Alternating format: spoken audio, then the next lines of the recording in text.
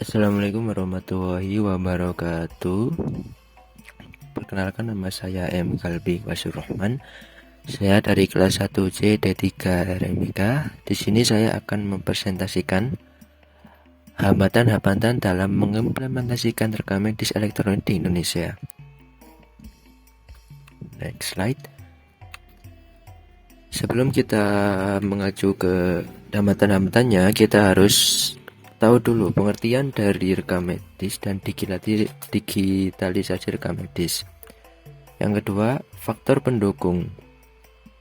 Yang ketiga, hambatan. Yang keempat, strategi untuk mengatasi hambatan tersebut. Pengertian rekam medis.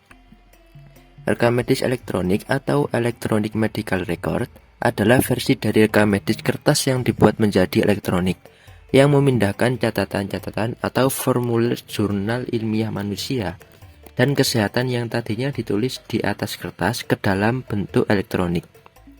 Menurut Delvina Daryanti.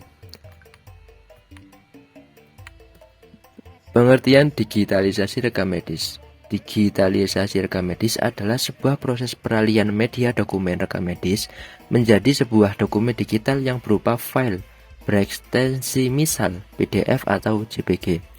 Proses peralihan ini menggunakan sebuah proses scanning dengan alat scanner.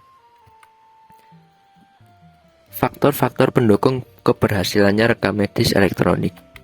Yang pertama, dukungan faktor hardware, software, dan infrastruktur atau sarana-prasarana seperti laptop, komputer, tablet, dan lain-lain untuk fasilitas rekam medis elektronik.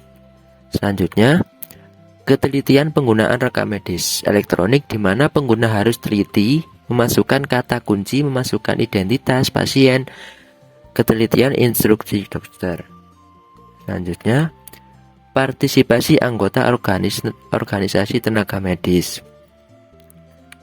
Yang terakhir, sumber daya keuangan yang memadai. Hambatan-hambatan pengimplementasian rekam medis elektronik di Indonesia. Yang pertama, jam sibuk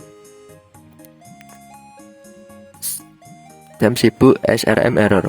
Seperti sistem rekam medis sering memakai jam sibuk sehingga sistem menjadi error lambat dan data yang diinput tidak tersimpan. Yang kedua, keterlambatan memasukkan data, di mana sistem rekam medis elektronik sifatnya real time, sementara di IGD harus mengunut tindakan pada pasien untuk mengisi di rekam medis elektronik sudah close dari sistemnya. Yang ketiga, beban kerja tenaga kesehatan bertambah. Pada awalnya menggunakan rekam medis, di mana tenaga kesehatan 2 kali kerja harus backup yang hardware serta software, sehingga prosesnya terasa sulit, lebih lama, antriannya lebih lama.